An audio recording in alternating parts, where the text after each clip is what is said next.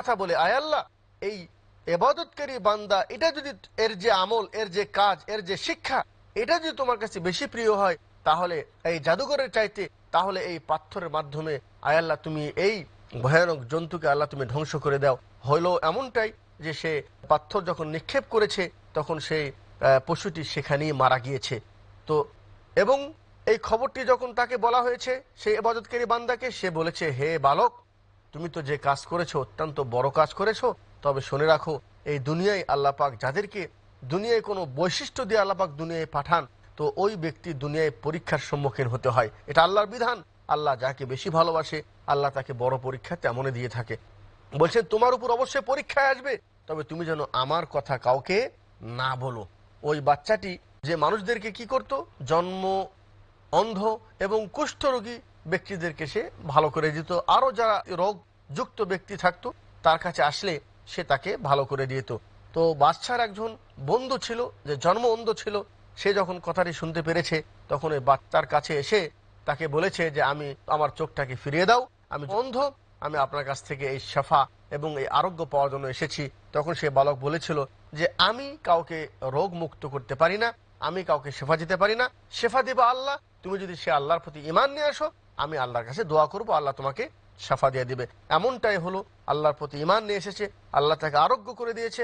বাদশাহ যখন দেখলো যে সে ব্যক্তির চোখ ভালো হয়ে গেছে, তখন বাদশাহ তাকে জিজ্ঞাসা করলো যে তুমি কিভাবে তোমার চক্ষুটাকে ফিরে পেলে?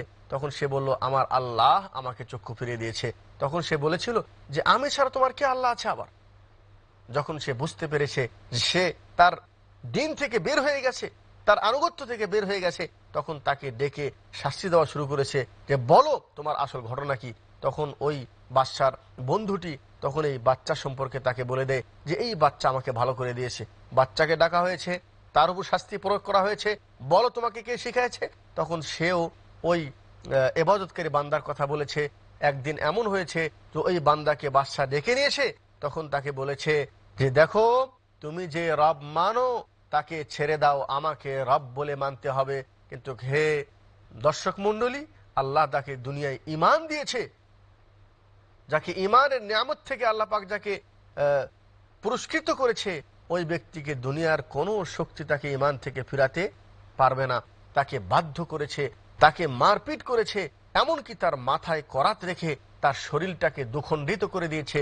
তারপরেও ওই আল্লাহর ইবাদতকারী বান্দা আল্লাহর প্রতি ঈমান আনা থেকে ফিরে আসে নাই। ঠিক তেমনি ওই বাদশার বন্ধুকে ডেকেছে, তাকে ডেকে নিয়েছে, তাকে পর্যন্ত এরকম আরাত দিয়ে চিরে ফেলে দিয়েছে, সেও আল্লাহর প্রতি ঈমান ছেড়ে দেয় নাই। এরপরে ওই বাচ্চাটাকে ধরে নিয়ে আসা হয়েছে, ফাকির লাহু, তাকে জিজ্ঞাসা করা হয়েছে, এর যে আনদেনিক, তুমি তোমার দিন থেকে ফিরে যাও। ফা আবা, সে অস্বীকার করেছে। ফাদাফাহু ইলা নাফারিম মিন আসহাবিহি, কিছু দল মানুষদেরকে বলা হয়েছে যে একে নিয়ে যাও, ইযহাবু বিহি ইলা জাবালিন, একে পাহাড়ের উঁচাই নিয়ে যাও, কাযা ওয়া কাযা, ফাসআদু বিহি ইলাল জাবাল, ফাসআদু বিহিল জাবাল, একে পাহাড়ের উঁচু পাহাড়ের উপরে একে পৌঁছে দাও, তাকে নিয়ে চড়ো। ফাইদা বালাগতুম যিরওয়াতাহু, যখন পাহাড়ের একেবারে উঁচাই যখন পৌঁছে যাবে, ফাইন রাজা আন দীনিহি, তাকে দিন থেকে ফিরে আসতে বলো, যদি ফিরে আসে, ওয়া ইল্লা ফাতরাহুহু, অন্যথায় তাকে ওই পাহাড় থেকে ধাক্কা দিয়ে তাকে নিচে ফেলে দাও। বলছেন তাকে তারা নিয়ে গেল এবং পাহাড়ের একেবারে উঁচে পৌঁছে গেল। এদের এই ষড়যন্ত্র থেকে হেফাজত করার জন্য আল্লাহ তুমি যথেষ্ট, যদি আল্লাহ তুমি চাও। আল্লাহ পাক পাহাড়টাকে হিলিয়ে দিয়েছে এবং এই পাহাড়টা হিলার কারণে, নড়ে যাওয়ার কারণে, যে যারা তাকে হত্যা করার জন্য নিয়েছিল তারা সবাই সেখানে মৃত্যুবরণ করেছে। বাচ্চাটি জানে প্রাণে বেঁচে সে পায়ে হেঁটে আবার বাদশার কাছে এসেছে। বাদশা বলল, যাদের সাথে পাঠিয়ে দিয়েছিলাম তোমাকে, যাদের সাথে, তাদের খবর কি, তারা কোথায়? ফাকালা কাফানিহিমুল্লাহু তাআলা, আল্লাহ তাআলা আমাকে তাদের ষড়যন্ত্র থেকে আল্লাহ আমাকে হেফাজত করছে। সুবহানাল্লাহ।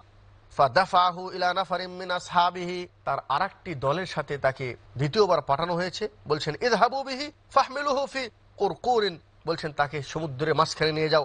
ওয়া তাওয়াসসাতু বিহিল বাহর, তাকে নৌকায় উঠাও, উঠার পরে সমুদ্রের মাঝখানে চলে যাও। ফাইন রাজা আন দীনিহি, সে তার দিন থেকে ফিরে আছে, ওয়া ইল্লা ফাকযিফুহু, তাকে তোমার সমুদ্রে নিক্ষেপ করো, তাকে ধাক্কা দিয়ে ফেলে দাও। ফাযাহাবু বিহি, তারা তাকে নিয়ে গেল। ফাকাল, এবং বলল, আয় আল্লাহ, তুমি যদি চাও তাহলে এদের ষড়যন্ত্র থেকে হেফাজত করার জন্য আল্লাহ তুমি যথেষ্ট। এটা বলার সাথে সাথে সেই নৌকাটি সেখানে তুফানে নড়া শুরু করলো। ফাগারিকু, এমনকি নৌকা ওই সবগুলি মানুষদেরকে নিয়ে ডুবে পড়ল।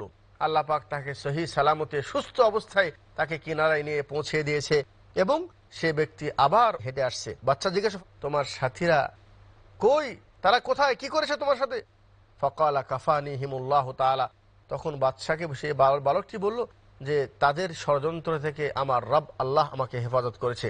ফাকালা লিল মালিক, তখন এই বালকটি বাদশাকে বলল, ইন্নাকা লাস্তা বিকাতিলি, তুমি আমাকে কখনোই হত্যা করতে পারবে না, হাত্তা তাফআল মা আমুরুকা বিহি, আমি যা বলছি তা করো, তাহলে তুমি হত্যা করতে পারবা। ক্বালা মা হুয়া, বলেন সেটা কি? বলছেন তাজমাউন নাস ফি সাঈদিন ওয়াহিদিন, সকল মানুষদেরকে কোন একটা বড় ময়দানে একত্রিত করো। ওয়া তাসলুবুনি আলা জিজইন, এরপরে আমাকে খেজুর গাছের উপরে আমাকে উঠাও।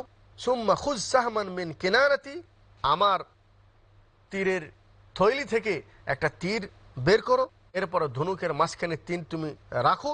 সুম্মা কুল, এরপরে তুমি বলো বিসমিল্লাহি রব্বিল গোলাম, আমি এই গোলামের রব আল্লাহর নামে আমি তীর নিক্ষেপ করেছি। এই তীর যখন তুমি আমার প্রতি নিক্ষেপ করবে, তুমি এটা করতে পারলে তাহলে তুমি আমাকে হত্যা করতে পারবে।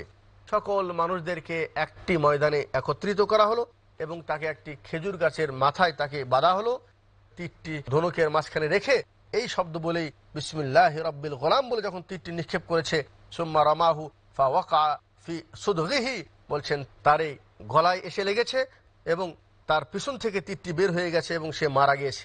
ফাকালান নাস, মানুষেরা তখন বলল, আমান্না বিরব্বিল গোলাম, অর্থাৎ মানুষেরা যখন দেখল যে বাদশা তাকে শতচেষ্টার পরেও মারতে পারে নাই, আর মারতে কখন পেরেছে, যখন এই কথা বলেছে রব্বি হাজাল গোলাম বিসমিল্লাহি রব্বিল গোলাম, গোলামের রবের নাম নিয়ে যখন তীর নিক্ষেপ করেছে, তখন তার জন্য তাকে মারাটা সক্ষম হয়েছে।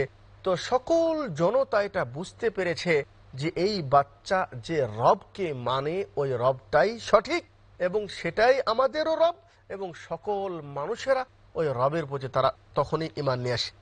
ফাকালান নাস আমান্না বিরব্বিল গোলাম, সকল মানুষেরা বলল তাহলে আমরাও ওই গোলামের রবের প্রতি ঈমান নিয়ে আসলাম।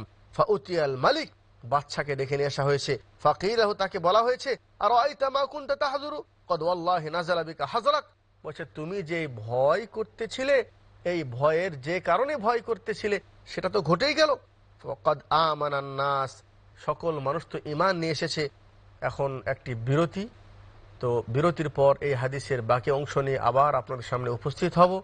আল্লাহ রাব্বুল আলামিন আমাদেরকে যেন তার দ্বীনের প্রতি আমল করার তৌফিক দান করেন।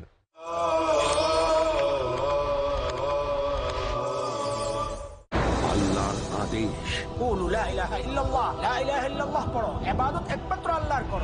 নবীর নির্দেশ, সমস্ত নবীদের দাবি একটাই ছিল, তোমরা একমাত্র সেই আল্লাহর ইবাদত করো। কোরআনের ফরমান, ইবাদত করতে হবে তার, প্রশংসা গাইতে হবে তার, সিজদা শুধুই তার জন্য। হাসান জামিল, আমি জিকির করব আল্লাহর, আমি কিছু চেতে হলে চাইবো আল্লাহর কাছে, এটাই কালিমার দাবি। কালিমার দাবি কত ভালোভাবে কালিমা প্রচারের দায়িত্বকে পূর্ণ করেন মুমিন। দেখুন কালিমার আবেদন প্রতি বৃহস্পতিবার বিকেল 4:30 বা পুনঃ সম্প্রচার সকাল 6টায় বাংলাদেশে পিস টিভি বাংলায়। দ্বিধা, দ্বন্দ্ব, মূল্যবোধের অভাব, প্রকৃত বিশ্বাসের অভাব, অসচেতন জীবনযাপন, ধর্মকে ভুলভাবে তুলে ধরা, ধর্মীয় গ্রন্থের পরিবর্তন এবং সংস্করণ যথাযথ তথ্য পেতে সকল ক্ষেত্রে আমি সংগ্রাম করছি সত্য প্রকাশ করতে, কারণ এটা যেন আপনার অধিকার আর আমার দায়িত্ব সত্যটা বলা। দেখুন সত্য উন্মোচন প্রতি শুক্রবার থেকে বুধবার রাত 11:30টায় বা পুনঃ সম্প্রচার দুপুর 2টায় বাংলাদেশে পিস টিভি বাংলায়।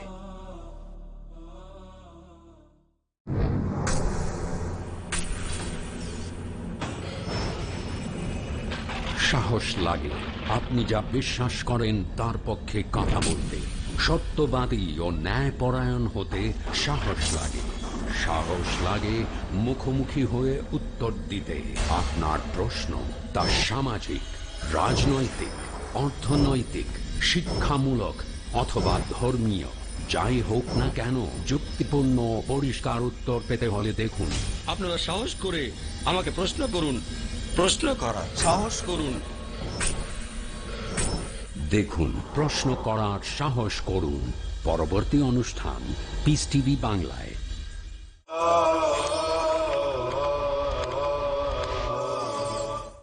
আলহামদুলিল্লাহ ওয়াসসালাতু ওয়াসসালামু আলা রাসূলিল্লাহ, আম্মা বাদ। সম্মানিত দর্শক মণ্ডলী, আমি দীর্ঘ লম্বা একটি হাদিস আপনাদের সামনে শোনাচ্ছিলাম। তো ওই বাদশাহ যখন এমনটা হলো যে সকল মানুষ যখন সেই রবের প্রতি, আল্লাহর প্রতি ঈমান নিয়ে আসলো, তো বাদশাহ রাস্তার কিনারায় একটি বড় গর্ত খোঁড়ার জন্য নির্দেশ দিল।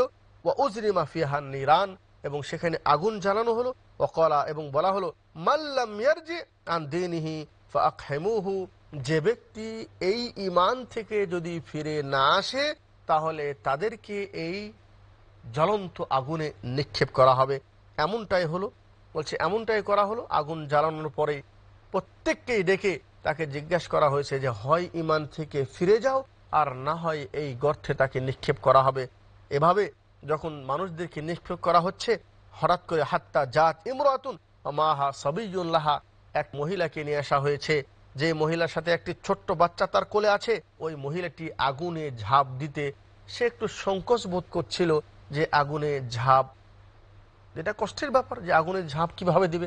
তো সংকট যখন মনে করছে, তো সেই কোলে থাকা শিশুটি কথা বলা শুরু করেছে, বলছেন, ইয়া হে মা, ইসবিরি ফা ইন্নাকি আলাল হক, হে মা তুমি ধৈর্য ধারণ করো এবং তুমি আগুনে ঝাঁপিয়ে পড়ো, কারণ তুমি হকের উপর আছো, তুমি সত্যের উপর আছো।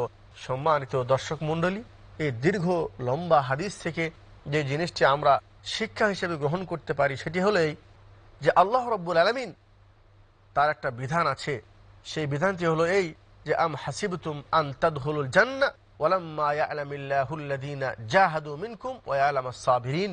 আল্লাহ পাক বলেছেন, তুমি কি জান্নাতের আশা করলেই, মুমিন বললেই জান্নাত পাবে? না, যতক্ষণ পর্যন্ত আল্লাহ তাআলা এটা না জানবে যে কে ধৈর্য ধারণকারী এবং কে আল্লাহর রাস্তায় পরিশ্রমকারী, এটা না জানা পর্যন্ত আল্লাহ পাক কাউকে জান্নাতে প্রবেশ করাবেন না।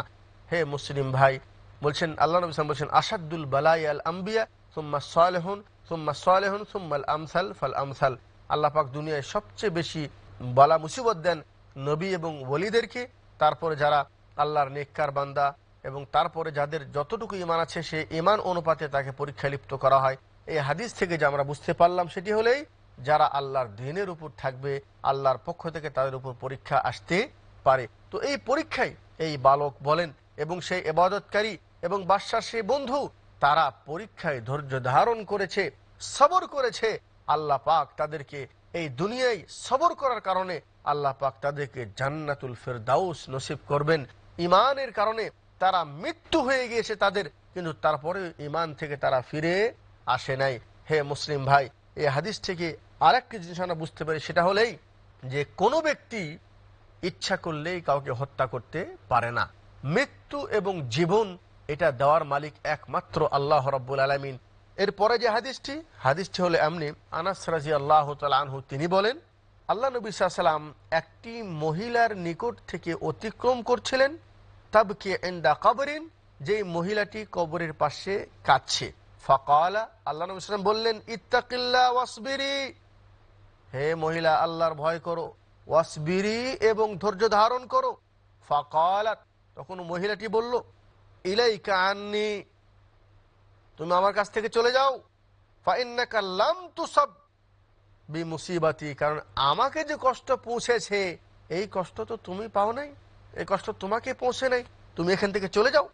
ওয়ালাম তারিফহু, ওই মহিলাটি জানে না যে যে ব্যক্তি তাকে ধৈর্য ধারণ করার জন্য নির্দেশ দিচ্ছে ওই ব্যক্তি যে আল্লাহ নবী সাল্লাল্লাহু আলাইহি ওয়াসাল্লাম, ওই মহিলাটি জানেন না। ফাকিল আলাহা, পরবর্তীতে ওই মহিলাকে বলা হয়েছে, ইন্নাহুন নবী সাল্লাল্লাহু আলাইহি ওয়াসাল্লাম, তুমি যাকে বললে যে চলে যাও তিনি তো আল্লাহ নবী সাল্লাল্লাহু আলাইহি ওয়াসাল্লাম ছিলেন। ফাআতাত বাবান নবী সাল্লাল্লাহু আলাইহি ওয়াসাল্লাম, ওই মহিলাটি লজ্জিত হয়ে আল্লাহ নবী সাল্লাল্লাহু আলাইহি ওয়াসাল্লামের দরজায় আসলেন। ওনার দরজায় কোনো চৌকিদারও পেল না। আল্লাহ নবী সাল্লাল্লাহু আলাইহি ওয়াসাল্লাম বললেন, হে নবী সাল্লাল্লাহু আলাইহি ওয়াসাল্লাম, আপনি যে আমাকে বলেছেন তা আমি বুঝতে পারি নাই, আপনাকে চিনতে পারি নাই। ফাকালা, তখন আল্লাহ নবী সাল্লাল্লাহু আলাইহি ওয়াসাল্লাম বললেন যে দেখো, ইন্নামা সাবরু ইনদা সাদমাতিল উলা।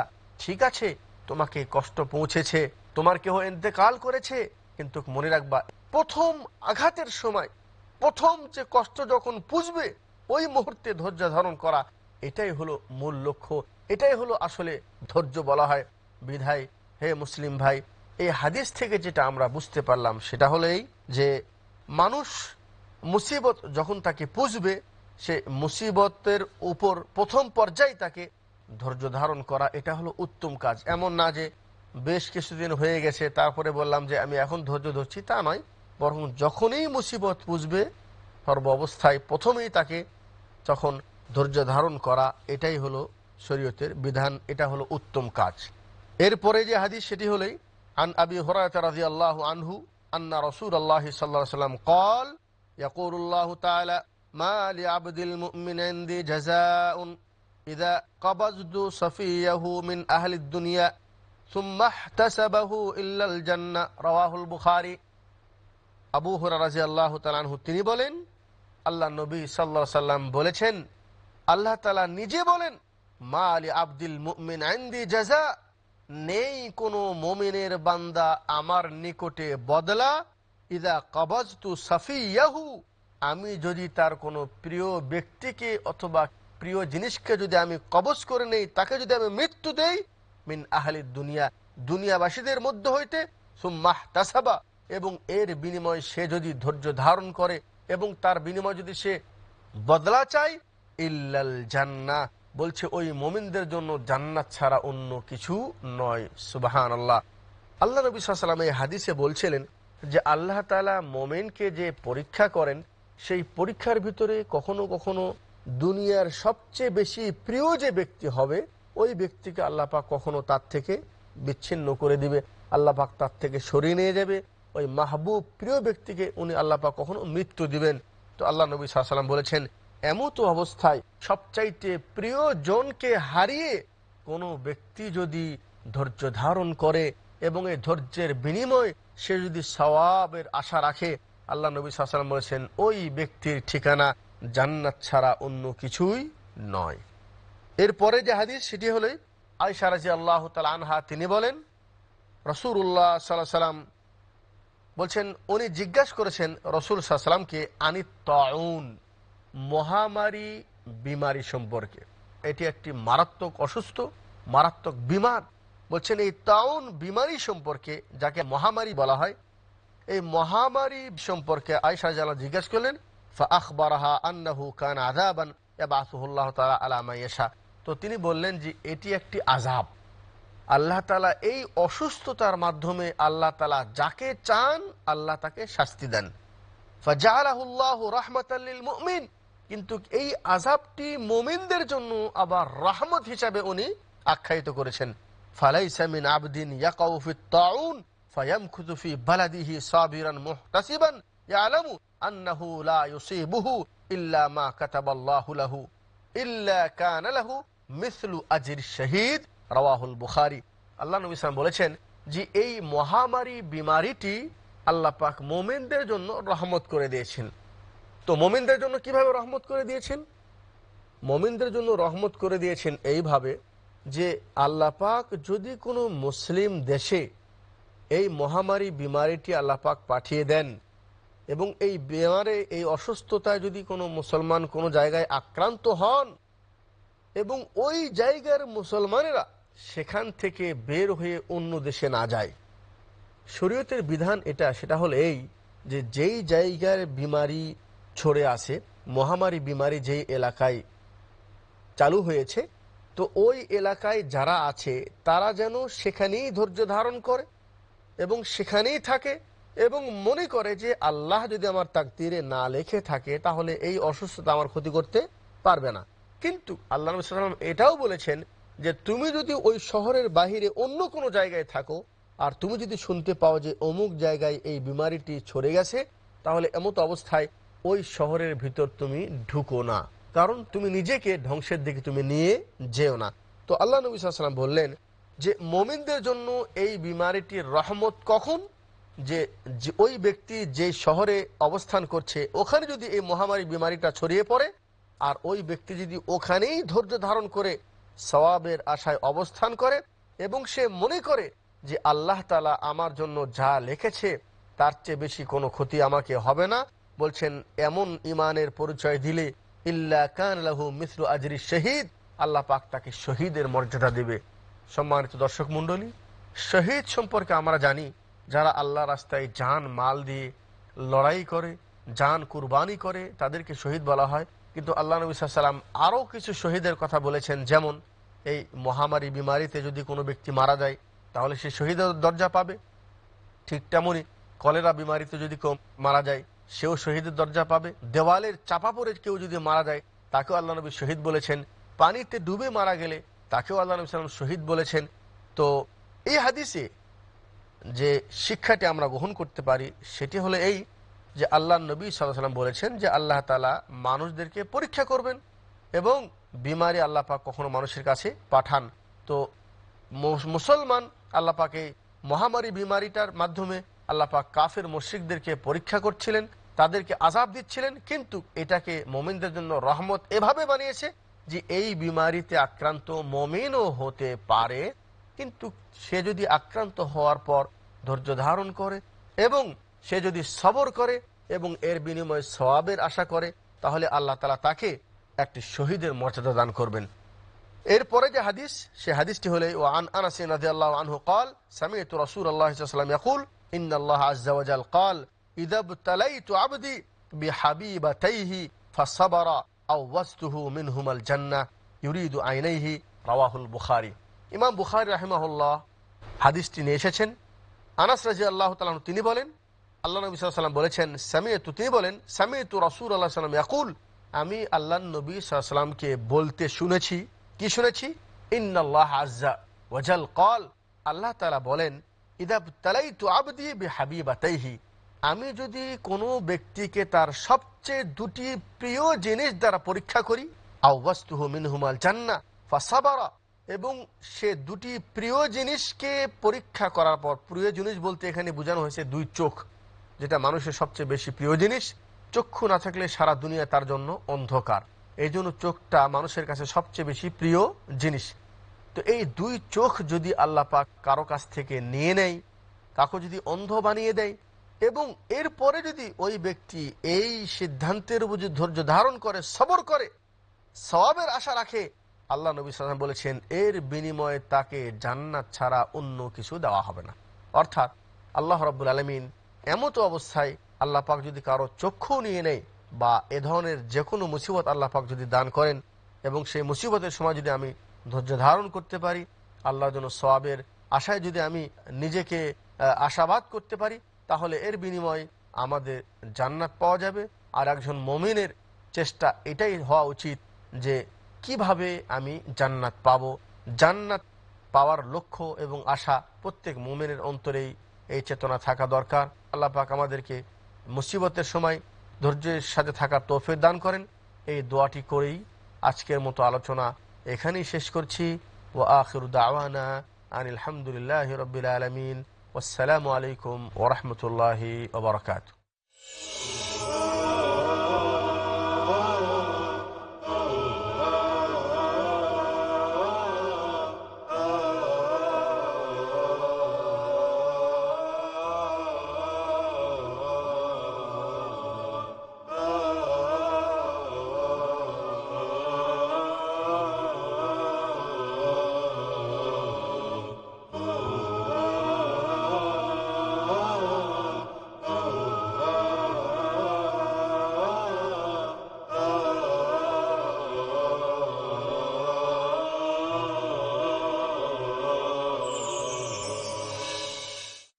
আল্লাহর একত্বের প্রতি ভরসা, একনিষ্ঠভাবে একমুখী হয়ে সব দিক থেকে তাকে এক জানতে হবে।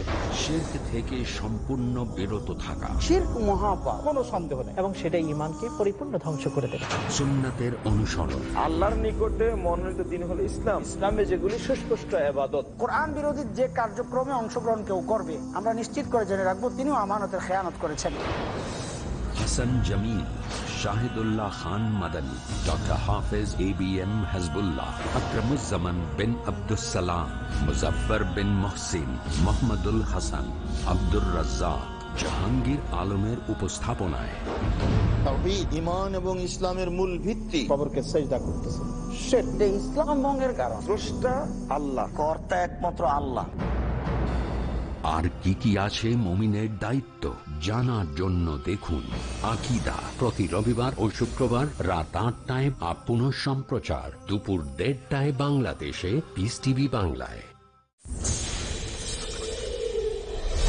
মহাবিশ্বের সৃষ্টি, দিন রাতের আবর্তন, এসবের মাঝে জ্ঞানীদের জন্য রয়েছে মহা নিদর্শন।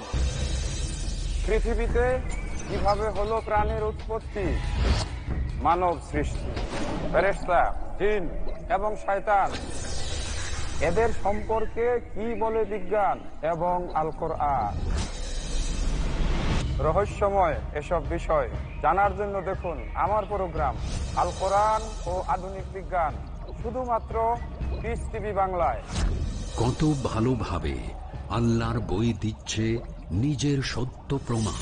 দেখুন আধুনিক বিজ্ঞান ও পবিত্র কোরআন, প্রতি সোমবার ও মঙ্গলবার রাত 10:30টায়, পুনঃ সম্প্রচার সকাল 11:30টায় বাংলাদেশে পিস টিভি বাংলায়।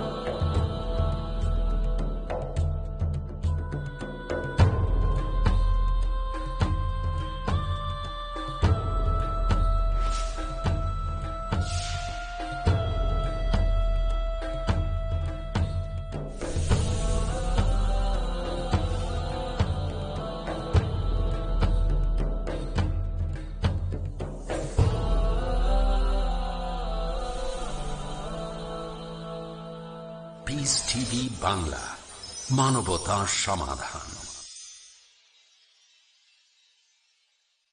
Who is going to take care of the wives? Why God created us? What is cosmic energy? The religion is the solution for the things happening all around the world. Jihad does not mean any war fought by any Muslim. Jihad basically means to strive to struggle. The Hindus and the Muslims will be united. He is not cosmic energy, he is more superior than that. Quran gives you the solution to the problems of humankind. Not that you shall despise each other. That according to Japan,